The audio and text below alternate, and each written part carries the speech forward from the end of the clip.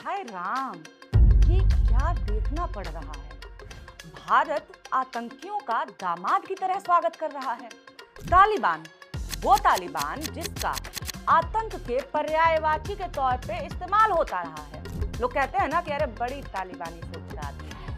आतंक का पर्यायवाची तालिबान के साथ भारत सरकार के मंत्री गलबहियां कर रहे हैं और भक्त ताली बजा रहे हैं। हाँ, वही तालिबान जिसका नाम सुनते ही आतंक, बारूद और खून की बू आती है। वही तालिबान जो आज तक आतंक का पर्याय है। आज उस तालिबान के स्वागत में भक्त ताली बजा बजा करके हाथ उठा रहे हैं। गोदी और अंधभक्त अब तालिबान को पवित्र बता रहे हैं। भारत अफगान भाई भाई, ये हमारी सोच है। बताएंगे ही, तालिबान इनका नया पौपा जो घोषित हुआ है। चलो यार, मुबारक हो तुम लोगों को। मैं सच में ऐसा लग रहा है ना कि पूरे शो में मैं यही बोलते रह जाऊंगी कि भारत तालिबान के साथ, आतंकियों के साथ, हत्यारों के साथ, ये अच्छा है गुरु। हरकतें इतनी खराब कर दो कि लोग हक्के बक्के रह जाएं, कुछ बोल ही ना पाएं।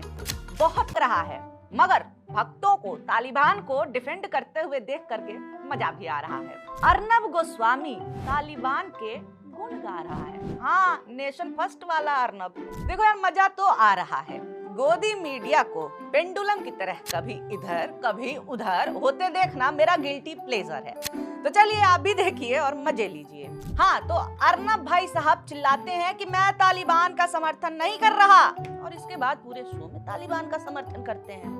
अर्नब कहते हैं कि दुश्मन का दुश्मन अपना दोस्त, दुश्मन का दुश्मन हमारा दोस्त। अब माने ये कैसा राष्ट्रहित है जो आपको तालिबान के साथ खड़ा कर दे रहा है भाई? ये कैसी स्ट्रेटजी है जो आपको आतंकियों का दोस्त बना दे रही है? और ये बताओ गुरु घंटाल अर्नब, दुश्मन का दुश्मन अपना दोस्त वाले तर्क के हिसाब से तो दुश्मन का दोस्त तो अपना दुश्मन हुआ ना। अब यही तर्क से देश चलेगा तो जाएगा कहाँ? हमारे दुश्मन का दोस्त तो अमेरिका भी है, उससे भी लड़ोगे। हमारे दुश्मन का दोस्त तो सऊदी अरब भी है, लड़ पाओगे उनसे? किस किस को दुश्मन बनाओगे?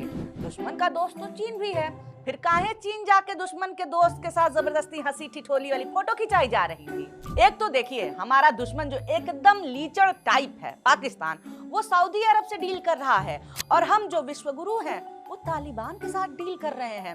माने इससे ज्यादा बेइज्जती एक देश की क्या होगी? दोस्तों, मैं क्लियरली कह रहा हूँ, मैं तालिबान का समर्थन नहीं कर रहा। फिर वही बात, तालिबान का समर्थन नहीं कर रहा कह के तालिबान का समर्थन किए जा रहा है। समर्थन नहीं है तो क्या है ये?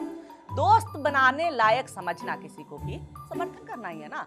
आतंकी सोच के लोग दोस्त बन रहे हैं तो स्वीकार करो ना। गजब थे रही है, गुपुर गुपुर खैले जाए, थूक छियां कैले जाए। आतंकियों को दोस्त बनाए हो तो खुल के बोलो कि हाँ, हम आतंकियों को दोस्त बनाए हैं। गलबहियां भी करना है और लजाना भी है, ऐसे कैसे चलेगा? तालिबान की कट्टरपंथी सोच के खिलाफ मैं तब था और आज हूँ, मगर ये कुछ और मामला चल रहा है। हाँ, सही बात, ये कुछ और मामला है। ये मामला सोच का नहीं है, दलाली का है, चरण चाटन का है, बेशर्मी का है। ये कोई कूटनीति नहीं है, ये कोई अर्थशास्त्र में पढ़ाई गई चीज नहीं है, कौटिल्य जी की ज्ञान नहीं है, ये सिंपल कॉमन सेंस है। हाँ भाई, ज्ञान की उम्मीद तुम जैसे लोगों से है भी नहीं। ज्ञान होता तो ये सब नहीं कर रहे होते। इन्हीं हरकतों पे बेल्ट ट्रीटमेंट मिली थी। गुट निरपेक्ष भारत के पत्रकार है ये। खैर, भारत अपना गुट निरपेक्ष रहा ना ही ये पत्रकार, इसीलिए तो ये कुकुर झोझो सुननी पड़ रही है। और हमारे दोस्त को जो भी समर्थन हम करना चाहे हम करेंगे। हमको एम्बुलेंस दे रहे, हम उनको पैसे, इंफ्रास्ट्रक्चर सपोर्ट, भाईचारा बढ़ा रहे। जो सपोर्ट होगा वो दोगे। वो आतंकी है, आतंक फैलाने में भी सपोर्ट दोगे?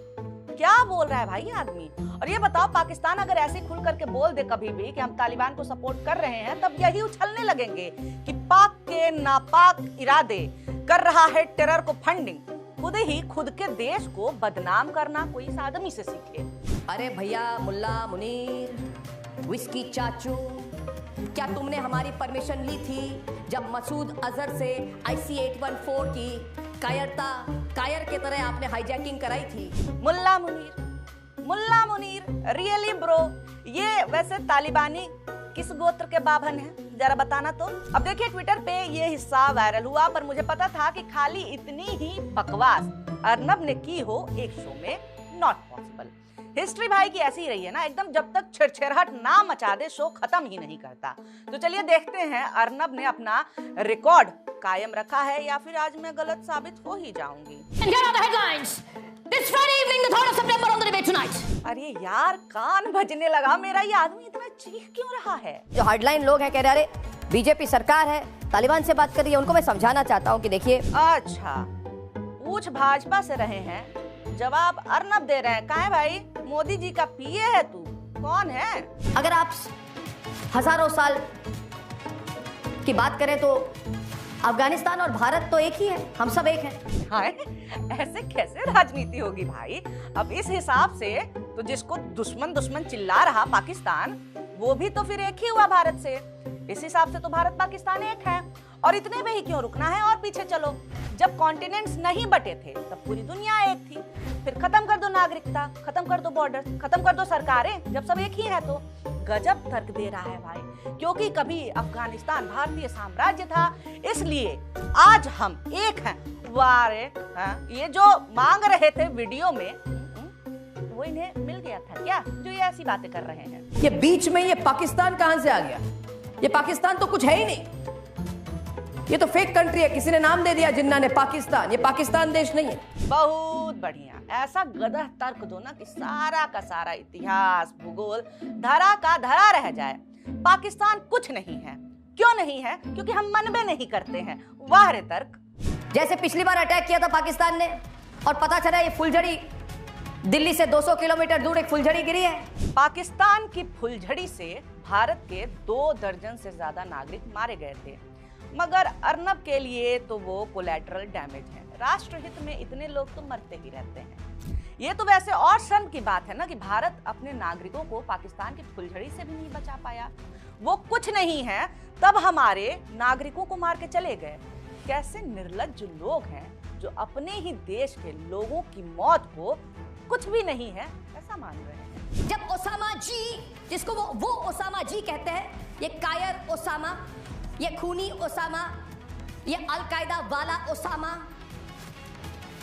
जब ओसामा को इन्होंने एक बड़ा सा एक पूरी फैक्ट्री जैसी, फैक्ट्री से बड़ी एक घर बना दी और कहा मिलिट्री हेडक्वार्टर के पास में कि इधर रहो।